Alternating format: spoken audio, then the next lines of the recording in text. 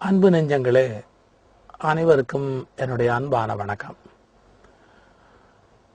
தன்னை முன்னேற்றி கொள்ள வேணும் அப்படிங்கிற எண்ணம் எல்லாருக்குமே இருக்கும். இது இல்லாதவங்க யாருமே இல்லை. ஆனா எல்லாருமே ஒரு பொதி சுமக்கிற கழுத மாதிரி ஒரு மூட்டையை சுமந்துகிட்டே இருப்பாங்க. அது என்ன பொதி சுமக்கிற கழுத மாதிரி ஒரு மூட்டையை சுமக்கிறது அப்படின்னா, கவலை அப்படிங்கிற ஒரு மூட்டை.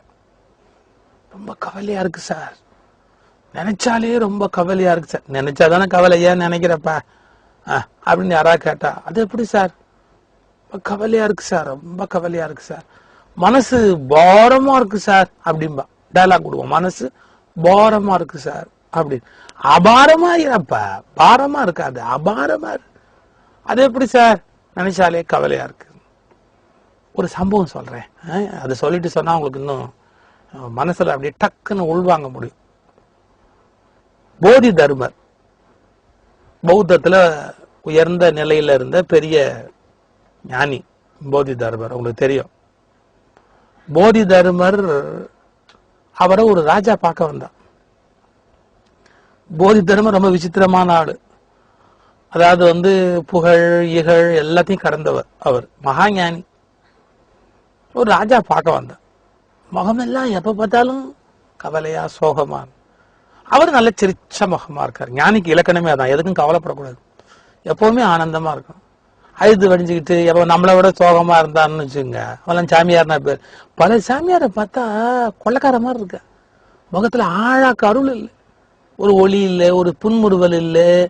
இவங்க தாடி வேற வளர்த்துறான், சிரிக்கிறானா அழுகுறானே தெரிய மாட்டேங்குது. அது வேற பெரிய பிரச்சனையா இருக்கு.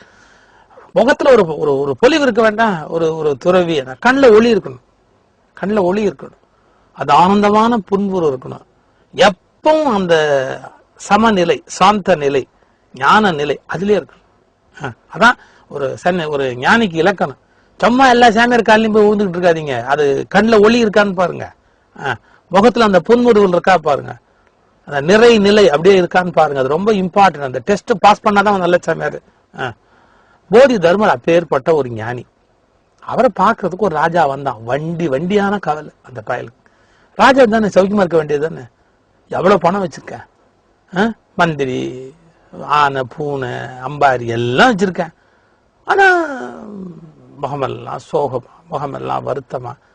அது நீங்க பாத்துறீங்களா, கொஞ்சமா வச்சிருக்க பல பேர் சௌக்கியமா சந்தோஷமா இருந்திருக்கிறேன், நிறைய வச்சுக்கிட்டு எவ்வளவு பேர் எவ்வளவு துக்கப்பட்டிருக்கிறேன். இந்த கதையை நிறுத்திட்டு ஒரு கதைக்கு போறேன், திரும்ப அந்த கதைக்கு வந்துருவேன், கவலைப்படாதீங்க.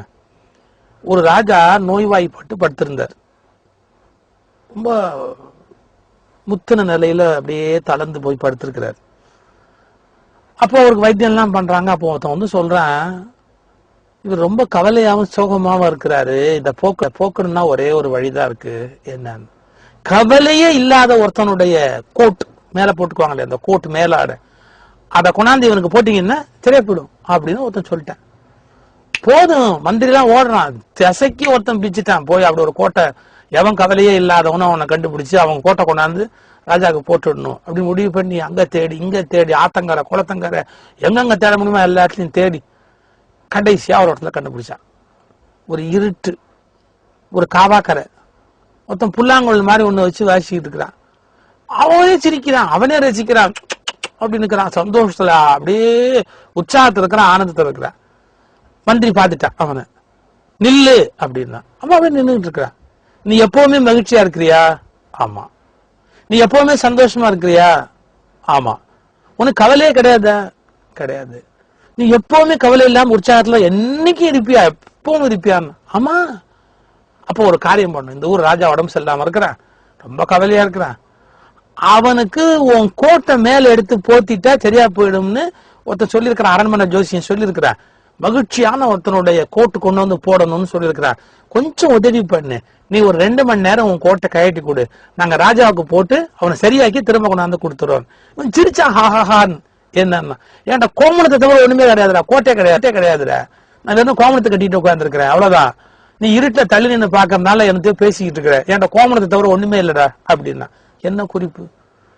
இத்தனை வச்சிருக்கிற ராஜா சோகமா இருக்கிறான், ஒண்ணுமே இல்லாம கோமணம் கட்டி இருக்காம எவ்வளவு சௌக்கியமா உட்கார்ந்து இருக்கிறான், எவ்வளவு சந்தோஷமா இருக்கிறான்.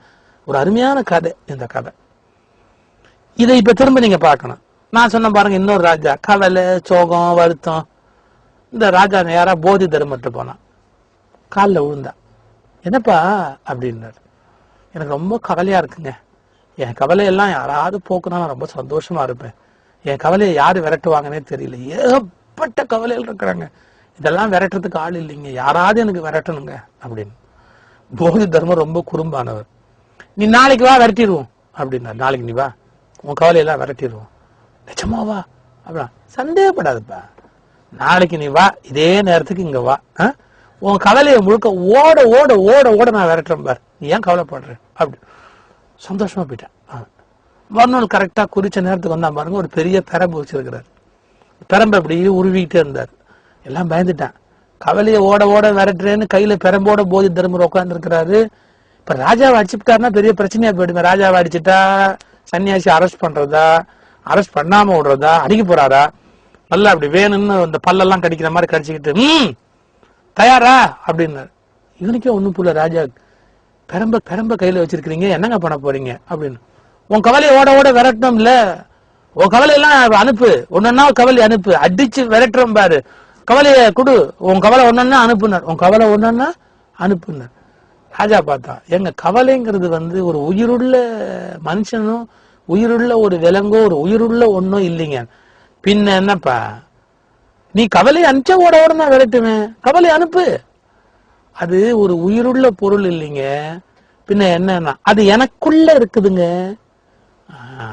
அப்ப ஒன்னதான் உடைக்கணும். ஏன் இப்ப கவலையை ஓட ஓட விரட்டணும்னா, நீ கவலையை வெளியே தனியா எடுத்து வச்சா அடிச்சு விரட்டிடுவேன். ஆனா அது உனக்குள்ளே இருக்குது அப்படின்னா இப்ப நான் ஒன்னதான் அடிக்கணும். அது உள்ள இருக்குதுங்களே, அதை நான் எப்படிங்க வெளியே அப்படின்னா, நீ ஒண்ணு பண்ணு, உட்கார், கண்ணை மூடு, உட்கார்ந்துக்கிட்டு ஒவ்வொரு கவலையா யோசி. இந்த கவலை என்ன, இது ஏன் வந்தது, இது எதனால எனக்கு துன்பம் தருதுன்னு ஒன்னொன்னா யோசி. ஒவ்வொரு கவலையா வெளியே வரும். அப்படி வெளியே வர வர என்ன நடக்குதுன்னு பாரு அப்படின்னாரு. உட்காந்தான், கண்ணை மூடிட்டு உட்காந்தான். ஒவ்வொரு கவலையா ஒன்னொன்னா வெளியே வந்தது. யோசிச்சான் பாருங்க. மெல்ல அப்படியே அவனை விட்டு அதெல்லாம் போறது தெரிஞ்சு, லேசாயி பாரம் குறைஞ்சு நிம்மதியாயி ஆனந்தமா இருக்கிற அனுபவம் அவனுக்கு கிடைச்சு. கொஞ்சம் பொறுத்து கண்ணை திறந்து அழுதுகிட்டே, கண்ணில் ஆனந்த கண்ணீர். எனக்கு உண்மையிலேயே என் கவலையை ஓட ஓட விரட்டிட்டீங்க. நீங்க எப்படி விரட்டிட்டீங்க தெரியுமான்னா, என்ன விளங்குச்சு நமக்கு? நம்ம கவலை நமக்குள்ளதான் இருக்கு. அதை சைக்காட்ரிஸ்ட் விரட்ட முடியாது, அதை தூக்க மாத்திரை விரட்ட முடியாது, அதை பூசாரி விரட்ட முடியாது, எந்த ஜோசியன்னு விரட்ட முடியாது. கிறுக்கு பயலுக்கு. எந்த ஜோசியன்ட்ட போனா நம்ம கவலை போகும்னு அலையிறான், எந்த சாமியார்ட்ட போனா நம்ம கவலையை விரட்டலாம்னு அலையிறான், எந்த கோயில போய் கவலையை விரட்டலாம்னு அலையிறான். கிறுக்கு பயலுக்கு. வேற என்னத்த சொல்றது எனக்கு வர கோவத்துக்கு? என்ன கிறுக்கு பயலுக்கு? உன் கவலைய பூசாரி எப்படிடா விரட்டுவேன்? அவனே 1000 கவலையில இருக்கிறான், அவன் எப்படிடா உன் கவலையை விரட்டுவான்? ஜோசியர் விரட்டுவாரா, சாமியார் விரட்டுவாரா, அவன் விரட்டுவானா, இவன் விரட்டுவானா அப்படின்னு எவன் காலிலேயே போய் வெக்கம் இல்லாம விழுந்துகிட்டு, உன் கவலையை உன்னால் மட்டுமே வெளியேற்ற முடியும். அது உனக்குள்ள உட்கார்ந்து இருக்குது. ஒன்னா எடுத்து வெளியே போய், அதை யாரும் தொண்டைக்குழிக்குள்ள பூந்து உள்ளேந்து எடுக்க முடியாது, டியூப் விட்டு எடுக்க முடியுமா? உன் கவலை உனக்குள்ள நீதான் குப்பை தொட்டி மாதிரி போட்டு வச்சிருக்கிற. நான் உரிமையா பேசுறேன், எல்லாரையும் என் புள்ள மாதிரி நினைச்சு நான் பேசிட்டு இருக்கிறேன். நீ நான் ஓன்னு பேசிட்டு இருக்கிறேன். அவ்வளவு உங்க மேல இருக்கிற அன்புனால நான் பேசிட்டு இருக்கிறேன். உங்க கவலைய நீங்க தான் விரட்ட முடியும். அது உள்ளுக்குள்ள குப்பை தொட்டி மாதிரி போட்டு வச்சிருக்கீங்க. போதி தர்மர் குச்சியை எடுத்த மாதிரி நான் என்ன குச்சி எடுத்தா விரட்ட முடியும்? ஒன்னா விரட்டுங்க வெளியில, ஒவ்வொரு கவலையா போட்டு. பிள்ளைய பத்தி கவலை, மருமகளை பத்தி கவலை, பேரனை பத்தி கவலை, புருஷனை பத்தி கவலை, பொண்டாட்டியை பத்தி கவலை, மண்ணாங்கட்டி ஒண்ணுமே கிடையாதுங்க. சும்மா எல்லா குப்பையும் உள்ள போட்டா போட்டே இருக்க வேண்டாம். எது எக்கடு கேட்டா என்ன? நாம அந்த பூமியில பிறந்தோம், இருக்க போறது கொஞ்ச நாள், சந்தோஷமா சிரிச்சோம், போய் சேர்ந்தோம், அதான் வாழ்க்கை. என்ன, கவலைப்படாதீங்க, இனிமே எதுக்காக கவலைப்படாதீங்க. அப்புறம் போதி தர்மர் மாதிரி நான் குச்சி தூக்கிட்டு வர வேண்டியதுதான். புரியுதா? குச்சி இல்லாமைய கவலையே அவங்களே விரட்டிடுங்க.